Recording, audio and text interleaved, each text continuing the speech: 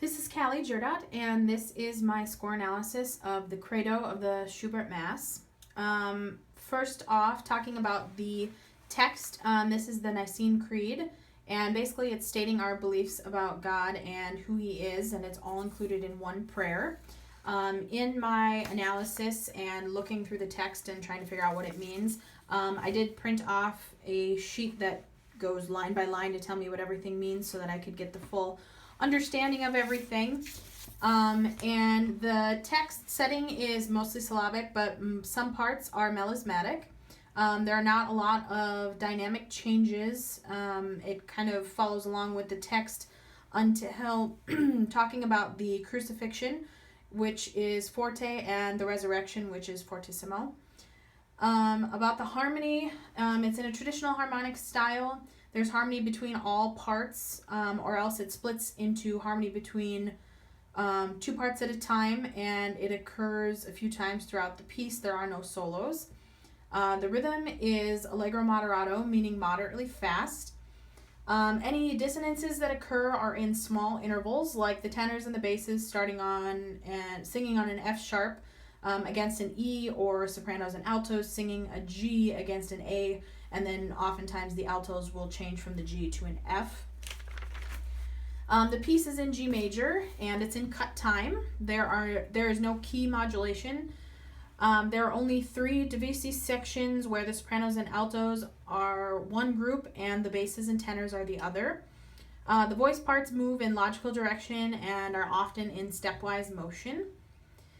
Talking about the melody, the texture is polyphonic with all the voice parts being somewhat equal. That follows along with there not being any solos. The range and tessitura of the piece are reasonable for all parts. The sopranos never get higher than a G on top of the staff, and the basses do not go below a low G. It may be kind of taxing on the younger soprano voices if a high school choir was supposed to do this because of the amount of high Gs. So breath support and not belting, singing it correctly would be essential to making this piece work and still having it be safe for the singer's voices. The melody is chord generated and the phrases are usually 4 bars.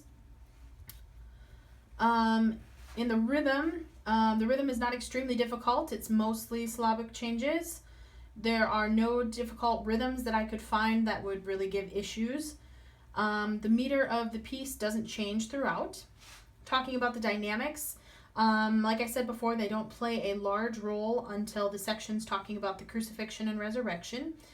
Going on to interpretive factors.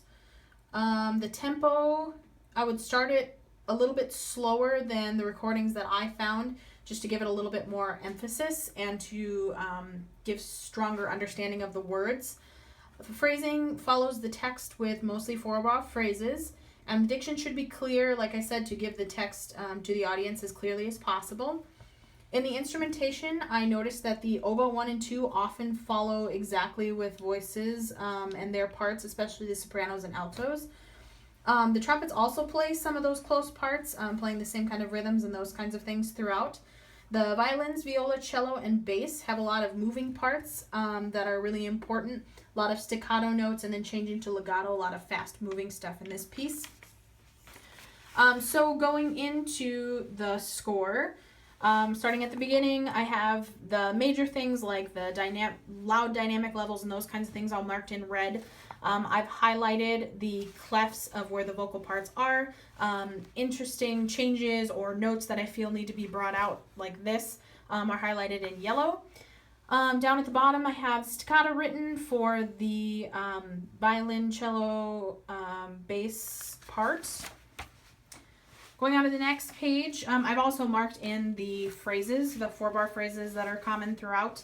Sforzandos are marked in the instrumental parts, also changing notes in the instrumental parts, again, that have followed in with the voices. We're on a piano dynamic level, and so starting at A, I've marked in some of the decrescendos. If it was a crescendo, I would probably have marked it in red since it's starting quiet and getting louder, but since it is starting loud and getting quieter, I emphasized the quiet part of that. There's unison split parts down in the bottom.